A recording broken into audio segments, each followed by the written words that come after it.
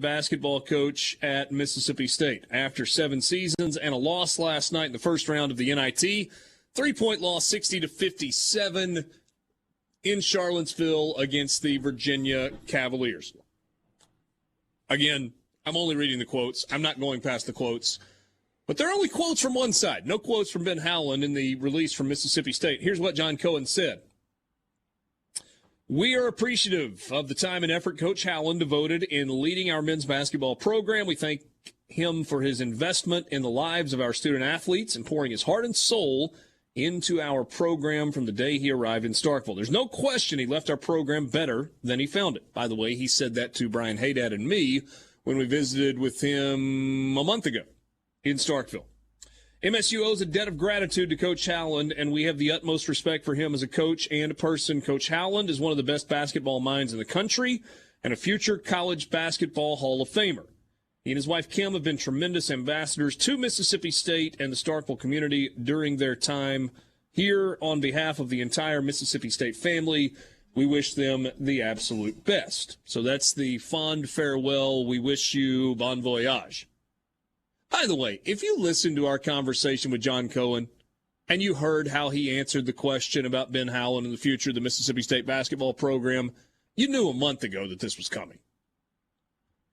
Cohen added, now here's the basketball part. Throughout Mississippi State's men's basketball history, we have shown that we can compete for championships at the highest level. Serving as the head men's basketball coach at Mississippi State is an outstanding opportunity, and the position will be highly sought after. That is a testament to our great university, our passionate and loyal fan base, and our hardworking young men who proudly represent our program. We are confident we will find a new head coach who will elevate our program and position our student athletes to compete for championships while playing an exciting brand of basketball. Close quote. So, John Cohen is in the looking for a new men's basketball coach business. He was quite recently in the looking for a new women's basketball coach business. Where are they going now, hey, Dad? Or do you want to talk about what just happened first? Well, I mean, what just happened, we knew it was going to happen. You know, we've been talking about it not for weeks, but for months. I mean, basically going back to the, late January, we started, it became pretty evident that State wasn't going to make the tournament. Oh, but even before that, you were abundantly clear before the season. This is a team that is talented enough to make the NCAA tournament, and if they don't, that's going to be Ben Howland probably is going to move on. That's what I said, and I believed it, and it's come to fruition. And so now, yeah, you're right. State moves on.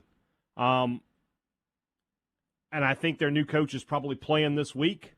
So, that announcement's going to have to, whoever they're going to hire, we're going to have to wait and see some teams lose. I think that the top 2 candidates, and we talked about this a little bit yesterday, are Matt McMahon from Murray State and Chris Jans, from New Mexico State. I think that's 1A and 1B. I think 2 would be Todd Golden at San Francisco. Those two of those are playing each other, McMahon and Golden. That's a 7-10 game this week. So when one of them is out, you can start watching them. I think that McMahon is the guy. I think he's 1A. I think that's the guy they want to get. I think Jans is the guy they probably feel the best about getting, if that makes sense. Okay. Because I think McMahon is just going to be a hot candidate all over the country. I think he's probably going to be a candidate for the Florida job. At least he should be. He really should be a candidate for every opening out there. That's good. But Jans is a really, really good coach. He's been a winner everywhere he goes. Reportedly, Kansas State also interested in Jans, for whatever that may be worth. That's two. Kansas State, Mississippi State, that feels to me like two pretty similar programs. The only difference is Mississippi State doesn't have to play in the same state as Kansas, which, that's something that if you're a basketball coach, you got to think about. By the way, Murray State went 30-2 this year in the regular season. Yeah. They had an 18-0 in the conference. Had an 8-point loss to East Tennessee State back in November, and they had a 13-point loss to Auburn, 71-58. That was right before conference play began. They have not lost since then. Yeah, really good team, good coach. Obviously, has a knack for recruiting because he brought Ja Morant, who may be the best guard in the NBA right now, outside of Steph Curry, to Murray State. So those are the guys to watch right now. If it gets past those three guys, it would be very surprising. I can't imagine any of them. I think like the next tier is probably Borky's guy, Bob Ritchie, maybe a Dennis Gates. I don't know. But those are the three guys I have an eye on, and I'll be watching to see when their team is eliminated. And I think that, let's say New Mexico State goes out tonight or goes out this weekend. They're a 5-12 game to the 12 playing UConn. I have them winning that game in my bracket. But if they lose, I would, if Jans isn't the head coach by Thursday, by a week from today, I would be really, really surprised. Just because I'm going to throw a name out. Sure. And I'm not the first person to do this. Andy Kennedy? That name has come up. I just don't see it. I don't think that he's in the top tier of candidates for state. It'd be really interesting. We talked just a second ago about Matt Ryan coming to New Orleans. It'd be pretty funny if Andy Kennedy came to Starkville and just rolled off an SEC championship or something. I'd laugh anyway. And of course, the press conferences would be absolute gold. Mm-hmm. But I don't. If he's in, if he's a candidate, great fit. You know where he would be a great fit?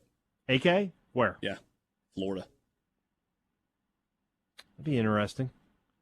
Dude, if State hired that guy and then he took his team to Oxford his first year and won that game, I don't think... Which Howland never did. I mean, spontaneous combustion is not a real-life thing, but it might be. Wait, did Howland go 0-7 in Oxford? No, he won a couple times in Oxford. Okay. Yeah. I literally think people would just explode. Just in the arena that night, just poof, if that happened.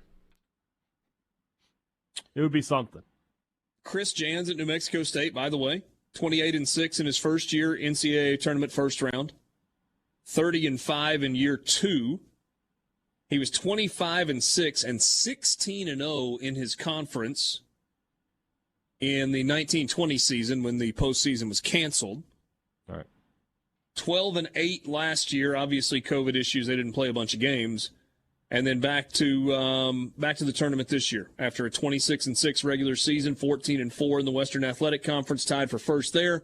Won the tournament, got the bid, and so it's been a good run. 121 wins, 31 losses for Chris Jans at New Mexico State over the last 5 seasons. But all three of these guys, Golden's resume is a little short. He's only been a head coach for 3 years. This is his first NCAA tournament team. But McMahon and Jans have as good a mid-major resume as you could possibly hope to hire.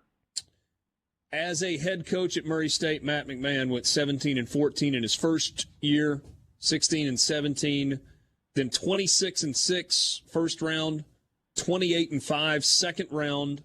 They were 23-9 in the season where the postseason was canceled. 13-13 last year, 10-10 in conference, and again this year, 30-2 and undefeated in the Ohio Valley Conference. Went 18-0 in the league this year. Won the tournament, got the automatic bid, and they are playing tonight. So those are two of the candidates that you're talking about there. What about off the radar? Assistant coaches, or do you think this is a head coach that's coming in?